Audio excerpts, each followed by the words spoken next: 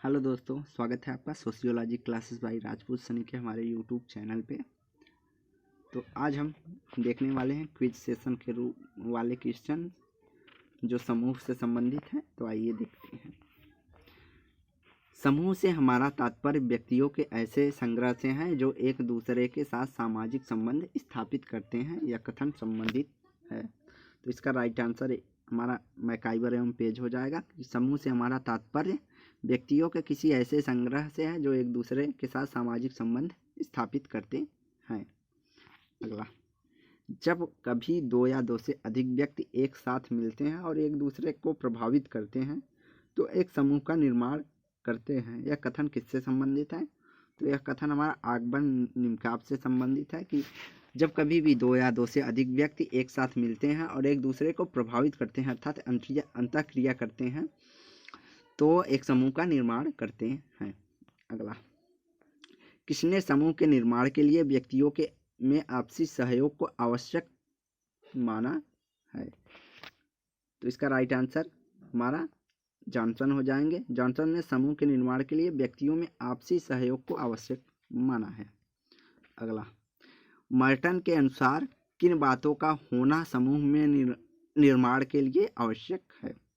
दो या दो से अधिक व्यक्ति, सामाजिक संबंध एवं अंतःक्रिया, हम की भावना या सभी। तो एक समूह के निर्माण के लिए दो या दो से अधिक व्यक्ति, सामाजिक संबंध एवं अंतःक्रिया और हम की भावना होना आवश्यक है मर्टन के अनुसार। तो इसका राइट आंसर डी हो जाए सभी। अगला, सामाजिक समूह दो या दो से अधिक व्यक्तियों की एक ऐसी संस्था है जिसमें कुछ सामान्य उद्देश्य पर एक दूसरे को प्रेरणा देते हैं और भक्ति होते हैं जो समान क्रियाओं में सम्मिलित होते हों।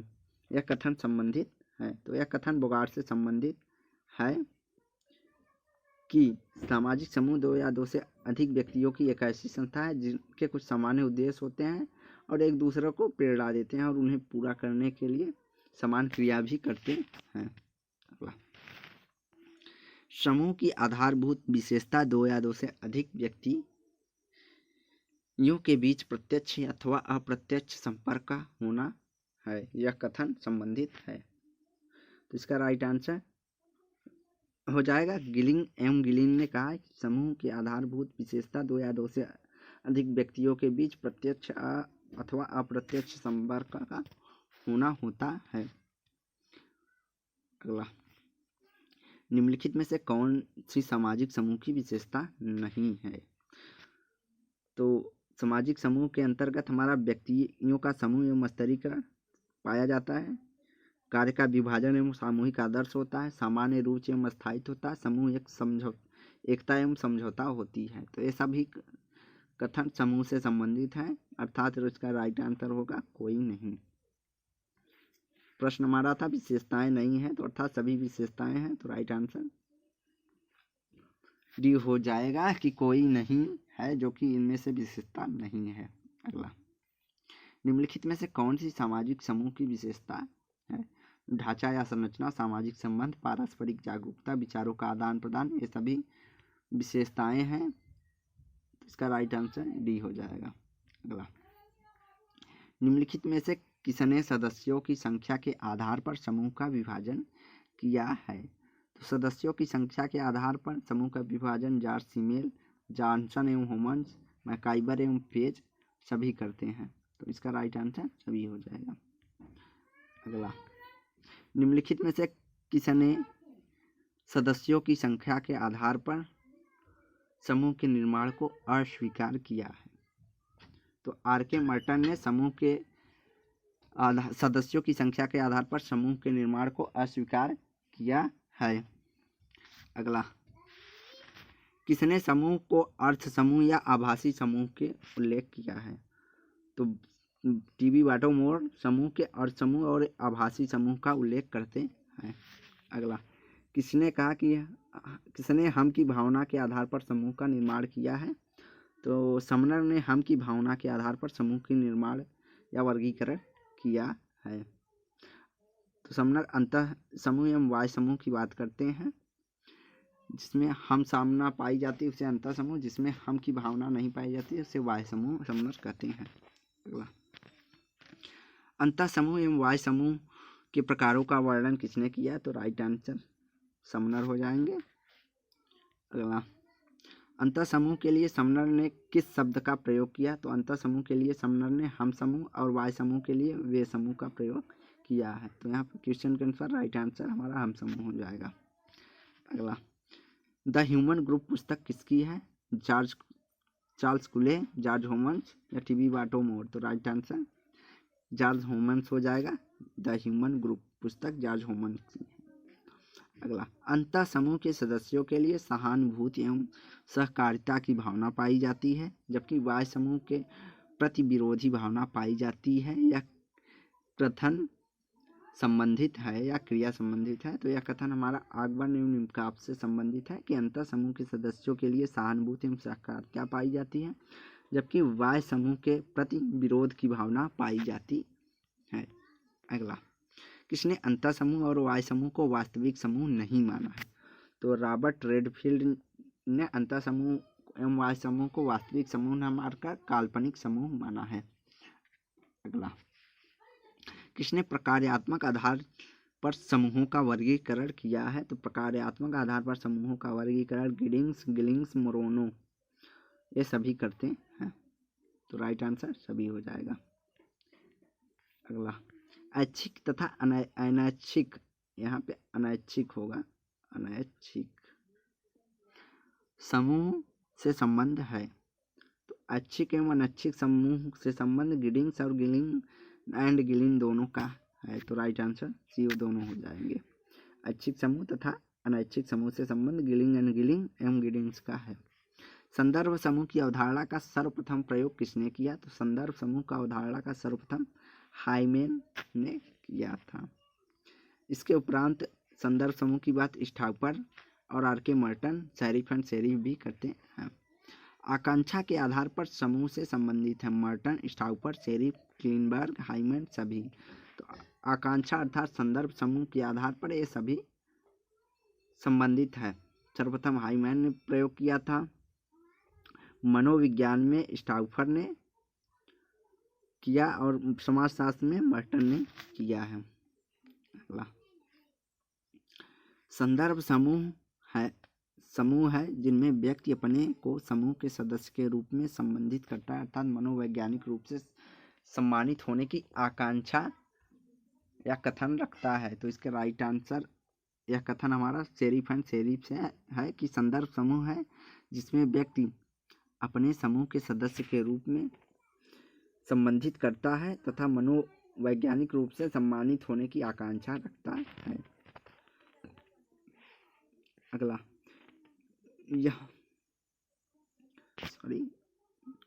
यह वह समूह है जिनके आदर्श, मूल्य, आचरण, प्रतिमान आदि हम आदर्श मान लेते हैं, इसीलिए हम समूह से कम मनोवैज्ञानिक तौर पर संबंध रखना चाहते हैं या आकांक्षा या संबंधित रखते हैं। तो इसका राइट आंसर हो जाएगा ऑटो क्लाइनबर्ग। ऑटो क्लाइनबर्ग कहते हैं संदर्भ समूह वह है जिसके आदर्श, मूल्य, आचरण, प्रतिमान आदि को हम आदर्श मान लेते हैं तथा जिसे पाने की इच्छा या कम से कम मनोवैज्ञानिक तौर पे हम उससे जुड़ जाते हैं। अगला, किसने सापेक्षहीनता के कारण संदर्भ समूह के निर्माण की बात कही है? तो सापेक्षहीनता के कारण संदर्भ समूह के निर्माण की बात आर.के. मर्टन कहते हैं। आर.के. मर्टन अमेरिका के सोल्जरों के अध्ययन में यह बात कही थी। सामाजिक संबंधों के आधार पर किसने समूह को वर्गीकृत किया है? तो सामाजिक संबंधों के आधार पर चार्ल्स कुले, मैकाइवर एवं पेज दोनों ने समूह का वर्गीकरण सामाजिक संबंध के आधार पर किया है। अगला, सोशल ऑर्गेनाइजेशन पुस्तक किससे संबंधित है? तो सोशल ऑर्गेनाइजेशन पुस्तक चार्ल्स कुले की है। अगला, प्राथमिक समूह एवं द्वितीयक समूह की अवधारणा किसने प्रतिपादित की है? तो प्राथमिक समूह एवं द्वितीयक समूह की अवधारणा का संबंध हमारा चार्ल्स कुले से है। मुख्य रूप से प्राथमिक समूह के प्रतिपादक चार्ल्स कुले माने जाते हैं, लेकिन उनके अलावा जो समूह प्राथमिक नहीं है उन्हें द्वितीयक समूह कहते हैं। अगला, किनकी प्रकृति को स्पष्ट करते हुए चार्ल्स कुले ने प्राथमिक शब्द का प्रयोग किया है? तो चार्ल्स कुले परिवार, पड़ोस एवं साथी समूह की प्रकृति को उल्लेख करते हुए प्राथमिक समूह की बात की है, तो राइट आंसर डी हो जाएगा सभी। कई बार आमने सामने के संबंध पाए जाने के बाद भी प्राथमिक संबंधों का निर्माण नहीं हो पाता, यह कथन संबंधित है। तो किंग्सले डेविस ने कहा है कि कई बार आमने सामने के संबंध पाए जाने के बाद भी प्राथमिक संबंध का निर्माण नहीं हो पाता।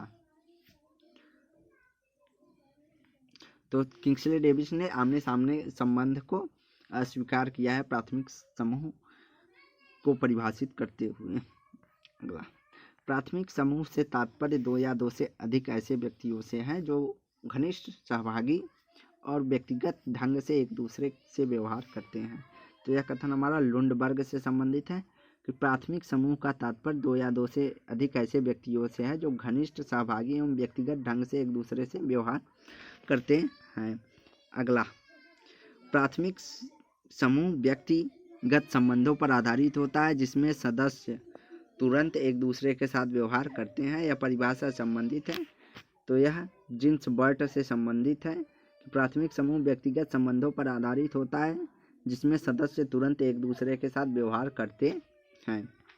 अगला, परस्पर घनिष्ठ संबंध आमने सामने के संपर्क से होते हैं अथवा सभी व्यक्ति समरूप कार्य करते हैं।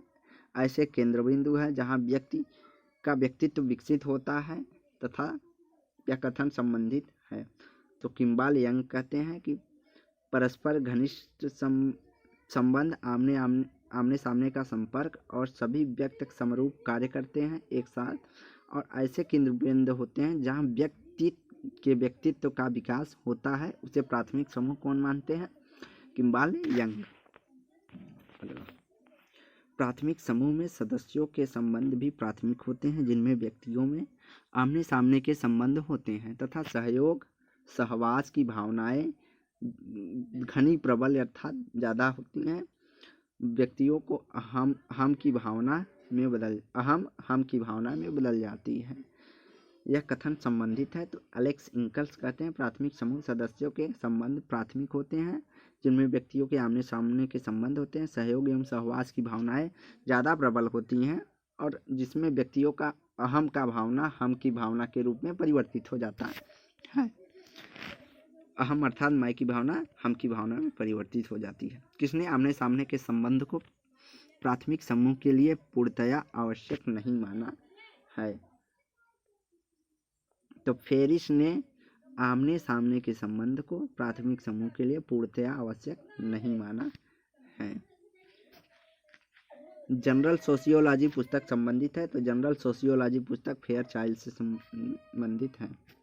अगला, किंग्सले डेविस ने प्राथमिक समूह में के निर्माण के लिए किन आवश्यक तत्वों का उल्लेख किया है? तो किंग्सले डेविस शारीरिक समीपता, समूह का लघुआकार, संबंधों की अवधि, मैक्सिमम अवधि के बारे में बात करते हैं, अर्थात ये सभी राइट होते हैं। तो किंग्सले डेविस ने प्राथमिक समूह के लिए शारीरिक समीपता, समूह का छोटा आकार होना तथा लंबी अवधि तक चलने वाले संबंधों को प्राथमिक समूह माना है। भौतिक निकटता, छोटा आकार, लंबी अवधि, घनिष्ठ संबंध के लिए अत्यधिक अनुकूल परिस्थितियां, यह कथन संबंधित है। तो यह कथन हमारा किंग्सले डेविस से संबंधित है कि प्राथमिक समूह के लिए भौतिक निकटता अर्थात शारीरिक निकटता, छोटा आकार, छोटा समूह का आकार, लंबी अवधि तक घनिष्ठ संबंध होना, अत्यधिक अनुकूल परिस्थितियां प्राथमिक संबंध समूह के लिए संबंधित हैं। अगला, किसने कहा है कि हमारी मानवीकरण की प्रक्रिया प्राथमिक समूह में होती है? तो इसका राइट आंसर पार्सन्स हो जाएंगे। पार्सन मानते हैं कि हमारा मानवीकरण की प्रक्रिया अर्थात सामाजिकरण प्राथमिक समूह में ही होता है। अगला, प्राथमिक समूह व्यक्ति में अनेक मनोचित घड़ों के विकास में योग देती, घड़ों की जगह यहाँ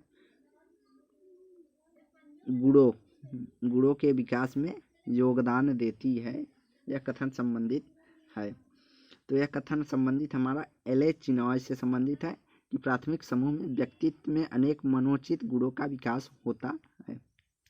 अगला, प्राथमिक समूह व्यक्ति की सामाजिक, प्राकृतिक एवं आदर्शों का निर्माण में मौलिक है। यह कथन संबंधित है। तो यह कथन हमारा चार्ल्स कुले से संबंधित है कि प्राथमिक समूह व्यक्ति की सामाजिक एवं प्राकृतिक संबंधों का निर्माण करने में मौलिक है। यह कथन संबंधित है तुम्हारा चार्ल्स कुले से।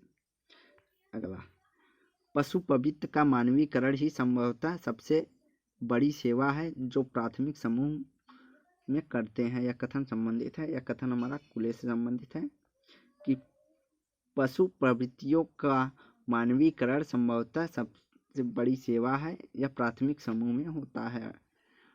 अर्थात मनुष्य पशु प्रवृत्तियों को कंट्रोल, मानवीकरण अर्थात सामाजिकरण प्राथमिक समूह में होता है।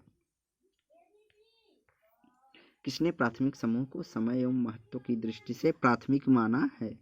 तो समय एवं महत्व की दृष्टि से प्राथमिक समूह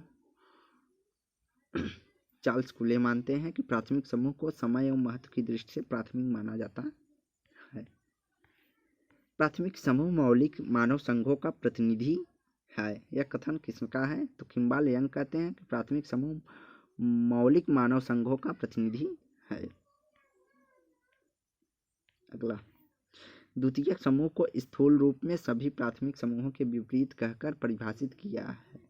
तो जॉर्ज सी होमन्स और डेविस कहते हैं कि वे प्राथमिक समूह नहीं हैं जिनमें उनसे अपोजिट गुण पाए जाते हैं, अर्थात वे संस्थाएं प्राथमिक समूह द्वितीयक समूह कहे जाएंगे जो प्राथमिक समूह नहीं है। यह जॉर्ज सी होमन और किंग्सले डेविस मानते हैं। वे सभी समूह द्वितीयक हैं जो प्राथमिक नहीं है। यह कथन हमारा संबंधित है पीर स्ट्रीट से। अगला, द्वितीयक समूह उन्हें कहते हैं जिनमें प्राप्त अनुभवों में घनिष्ठता का अभाव होता है और आकस्मिक संपर्क ही द्वितीयक समूह का सार तत्व होता है। यह कथन संबंधित है आकबर एवं निम्काक से कि द्वितीयक समूह उन्हें कहते हैं जिनमें प्राप्त अनुभव घनिष्ठता का अभाव होता है और आकस्मिक अर्थात अचानक संपर्क होता है, तो उसे द्वितीयक समूह कहते हैं। जैसे नगर में अर्थात समूह का वह रूप जो कि सामाजिक संपर्क एवं औपचारिक संगठन की मात्रा में प्राथमिक समूह की घनिष्ठता से भिन्न या कम होता है, उसे द्वितीयक समूह कहते हैं। तो यह परिभाषा हमारा फेयरचाइल्ड से संबंधित है कि द्वितीयक समूह वह रूप है, समूह का रूप है जो सामाजिक संपर्क एवं औपचारिक संगठन की मात्रा में प्राथमिक समूह से कम होता है अर्थात भिन्न होता है। अगला, द्वितीयक समूह की विशेषता है। द्वितीयक समूह जानबूझकर संगठित किए गए समूह, शारीरिक निकटता का अभाव, संबंधों में औपचारिकता, छुओ और जाओ का संबंध, ये सभी पाए जाते हैं। समझौतों की प्रकृति विस्तृत आकार होता है, तो अर्थात ये सभी द्वितीयक समूह की विशेषताएं हैं। अगला, द्वितीयक समूह के प्रकार्यात्मक पक्ष हैं। तो सामाजिक परिवर्तन एवं प्रगति में सहायक, व्यक्ति के जागरूकता पैदा करना, श्रम विभाजन या विशेषीकरण तथा श्रम को प्रोत्साहन करना, सामाजिक नियंत्रण में सहायक, यह सभी द्वितीयक समूह की विशेषताएं हैं। तो राइट आंसर डी द्वितीयक समूह हो जाएगा। निम्नलिखित में से प्राथमिक समूह नहीं है। परिवार, पड़ोस, मित्र मंडली, सेना।